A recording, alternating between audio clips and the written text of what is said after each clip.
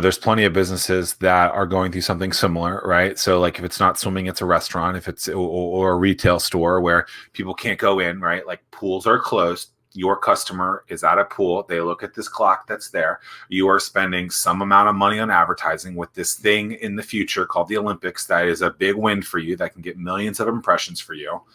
So how do you look at that and stay in a positive mindset, knowing that like everything that you want to happen at some point couldn't happen, right? And I guess at some point in there, things started opening up.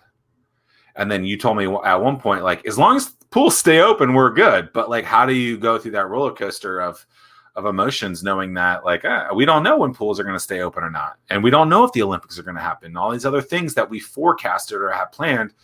It's just, I don't know. Like, how do you run a business with the I don't know mindset? Somebody said the other day, and I think I kind of needed to do this. They said, every time you think it's really, really bad, it's not that bad.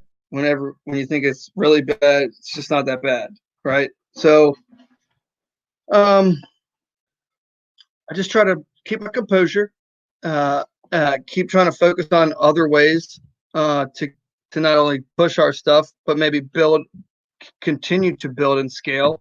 So what I did was I kind of like, instead of trying to sell clocks to every single swim team that wasn't in a swimming pool, we sold pace clocks to another one of me, basically in a different part of the world, and we started adding extra distributors on. So we would sell a pallet of clocks to them wholesale, and now Canada is going to open up here shortly with a Canadian Swimnerd who's a Canadian swim coach who knows all the Canadian swim coaches, just like I'm in America. And we have the guy in Australia, we've got a guy in Taiwan who handles the Chinese market, and now we have a guy in Europe also starting up here soon. So that's what we did to kind of keep the ball rolling.